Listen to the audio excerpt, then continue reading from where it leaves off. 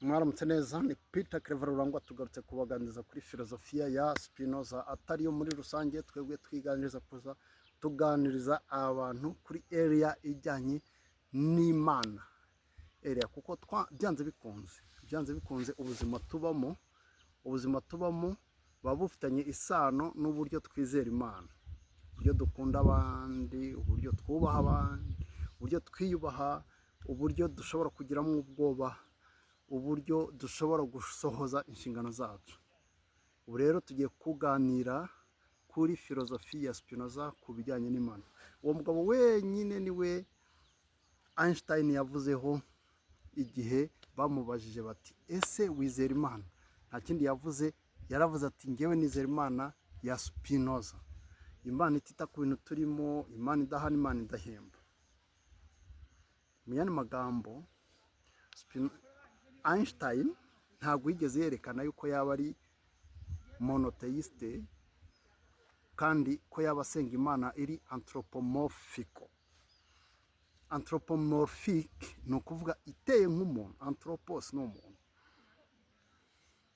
ni ukuvuga ntabwo asenga Imana imeze nk'umuntu. Imana ashobora kubwira ngo urabona ndagowe mbuze amafaranga ngaho yame, ndarwaye ngaho nkiza. Ariko mu banyumvise ubu ngubu mvuga izo ngero, bazi neza yuko hari abantu bajya basengera indwara zigakira, n'izisanzwe abaganga bakeka yuko zidakira. Ibyo ngibyo Spinoza ukuntu abivuga, avuga yuko ubundi umubiri wacu ufite areas nyinshi abantu bataratahura. Urumva handi hagenderamo n'indwara ziri psychosomatic.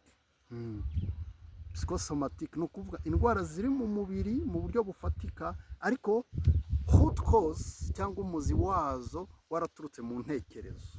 Iyo umuzi wazo waturutse mu ntekerezo rero, izo bashobora kugusengera ugakira. Bo baba batazi neza umuntu, bakagira ngo ni Imana biyambaje yo mu ijuru irabakiza. Irabakiza. Spinoza rero we avuga iki? Niwe muntu wenyine washoboye gusa nk'aho atsinze abahakanyi. Niwe watsinze abahakanyi bahakana yuko nta Mana ibaho. Niwe wabatsinze, kandi n'abamonotheiste bavuga ko Imana iba ahantu mu ijuru tuzayisanga nyuma y'urupfu, nawe arabakosora. Kubera iki? Yagendeye ku bintu bisanzwe byemerwa yuko Imana iri perfect, yuko iri perfect.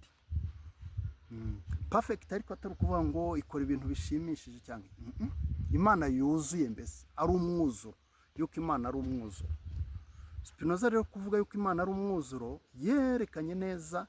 Hari terme or a term, terme yari isanzwe ikoresha muri filozofi yo bita substance.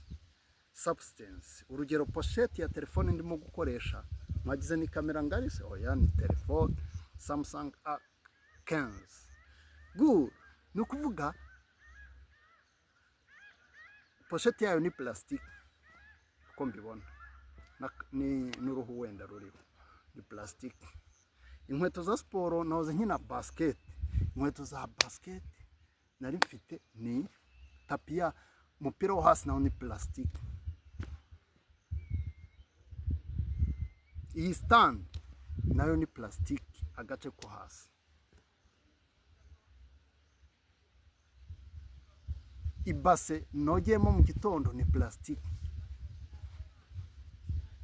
Ibyo bintu byose, ibase, pochette ya telefone, stand, ibyo bintu byose n'inkweto byose ni plastique. Ni ukuvuga plastique ni substance yavamo ibintu bitandukanye. Spinoza we yagerageje kwerekana yuko substance nka plastique cyangwa substance nk'urubaho cyangwa igiti gishobora kuvamo idirishya, ameza, intebe n'ibindi bikoresho n'akabati. Aravuga ati ibyo bintu byose ari plastique n'igiti byose ni substance imwe, n'umubiri w'umuntu byose ni substance imwe. Ubwo rero niho yavuze ati ahubwo habaho substance imwe yonyine, ariyo Mana. Noneho iyo substance ni ibintu bigenda bigira gute byiforomamo. Ubwo twaba dusimbutse ikintu kimwe cyo bita attributes cyangwa attribute. Dusimbutse attributes turazigarukaho, ariko avuga yuko ibintu byose tubona, umuntu, inka, igiti, umugezi, ibyo bintu byose ni mode cyangwa modifications za substance ariyo mana. Mwene magambo, imana ni itano, ni infinite.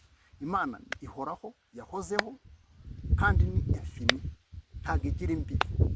Mu biganiro byo muri iyi minsi najyaga mbabwira ukuntu hari abantu bamwe bibeshya yuko isanzure, imana ubundi yayitiranyije n'isanzure, ariko yaravuze ati ntabwo isanzure imeze nk'igitebo twe twaba tubamo, ngo imana yaraturemeyemo ikaba iri ku ruhande rw'icyo gitebo. Ntabwo ariko bimeze, ahubwo imana n'icyo gitebo ubwacyo kidafite imbibi, nta nubwo kiba kikiri igitebo, kuko nta mbibi zihari, nta mbibi. Urumva, yerekana yuko imana ari nk'iryo sanzure ryose, ibyo bintu byose, kuko n'abantu nabo bafite ni pati y'imana, kuko ni modification. Iyo tuvutse ntabwo dutangirira kuri zero. Tuvutse hariho n'ibihugu bagira gute, uvuka bakakongeraho umwaka umwe, abandi baba baragutwise amezi 9. Ariko noneho iyo tuvutse ntabwo dutangira kuri zero, niyo dupfuye ntabwo dusubira kuri zero. Fata buji uyicane, yari yuzuye buji ntayo mfite hano, ukayicana noneho ikarangira, hari umwotsi wagiye ugenda, ubushyuhe, ibyo bintu byose, ivu, ibyo bintu byose teorikoma, ibintu byavuyemo ubigaruye ukongera ukajya ubihuza uko byari bimeze, ya buji yagaruka. Mu yandi magambo, nubwo ibyo biri teorike pratikoma bitashoboka, ariko no ku muntu niko biba bimeze. Umuntu nawe ibyari bimugize biragenda bikaba dispersed in the nature, bikagenda bikigabanya muri natire, bikaba ariho biri, ntagahinduka zero. Iyo upfuye ni individuality ibitakaye, nta kanaka niba witwa Rutazihana, niba witwa Sibomana, ugapfa, ni ukuvuga biragenda bikajya ahandi, inka bikajya, oxygene yawe ikajya mu bandi, ibindi kamera aho baguhambye akamera imyaka cyangwa akamera ibyatsi, inyamaswa zikabirisha, no kuvuga ugahinduka. Ubundi ubuzima ntago ari kuri line, ahubwo ni nka cycle, umuntu akaba ari party yabyo. Ariko amadini twabayemo nayadutraumatiza, atwereka yuko nupfa haba hasigaye urubanza, ngo umuntu abaho rimwe gusa, yapfa akaza urubanza. Rero bakurikira filozofi ya Spinoza, menya yuko nta mana izaguhana, nta mana izaguhemba, nta nubwo kugira ngo tugirire neza abandi, kugira ngo tubanire neza abandi ari ngombwa, kugira ngo twizere yuko hari imana yaba iri ku ruhande ishaka kuduhemba cyangwa kuduha. Ngo twaba turi gukora ibintu bimeze nk'ubucuruzi n'imana, ntabwo ariko bimeze rero, kuko yo ntayihari iteye ityo nk'umupolisi cyangwa umubyeyi. Aho God imeze nka father cyangwa umubyeyi, father cyangwa figure du père, imana imeze nk'umubyeyi. Iyo ngiyo twabonye aho yaturutse mu kiganiro nakoze nimugoroba, twabonye aho yaturutse, ni hehe yaturutse ahanini kuri Oedipus complexe de Oedipe. Twarayisobanuye, tuzagaruka kuri iyo complex ituma abana b'abahungu bashaka guhangana na base babo, bapfa ba nyina cyane cyane. Iyo jealousy ibirimo, uwase Spinoza wabyerekanye ni Fred yerekanye yuko inconsciemment abana basa nkaho bishe base bwabo. Igikurikiye twagisobanuye nimugoroba.